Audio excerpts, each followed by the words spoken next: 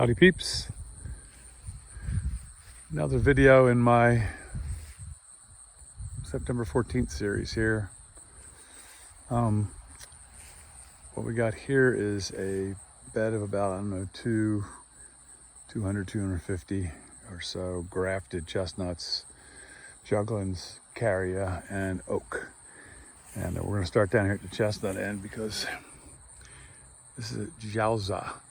I think that's how you say it, but really flowering heavily again late in the year, right? And not just that branch, but this one too. This is very vigorous. I imagine it's a Chinese one I don't really have much experience with yet. Seems quite hardy. But we're just going to roll down through here because people have asked to see some of the farm stuff going on. And these are some of the chestnuts I'm the most excited about. That's a graft of Dr. Sandy, which is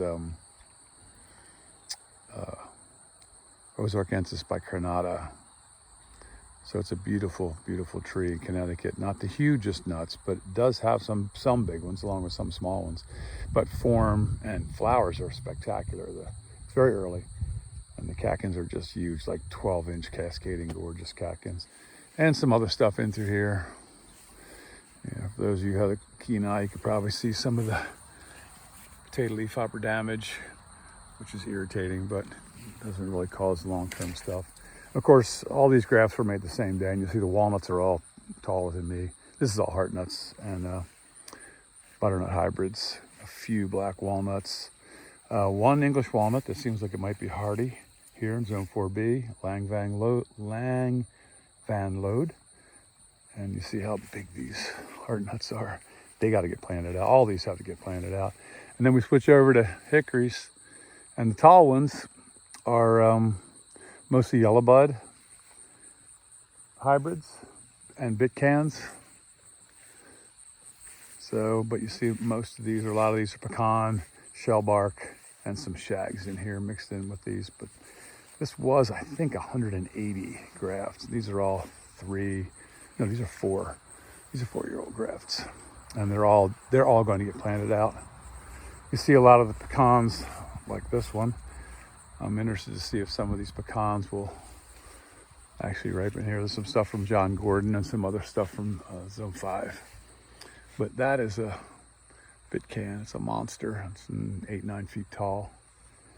And a little pathway, and then more hickories. Here at the end here we got some oak grafts, a few red oaks, which are the rocket ship ones. Most of the whites are not quite as fast as them. As John Hershey likes to say, oaks graft as easily as apples. So here's ones I can't quite get to live here very well. They're seedlings of one called Better Red. It's a nuttall oak. And these 2 out of maybe 10 are still surviving, but they are not happy in my soil. I think I'm too sweet for them. This one looks like a holly. Should get down there and look at the tag, but probably won't do it. But it's just got the greatest foliage all the way around, right? It's totally cool.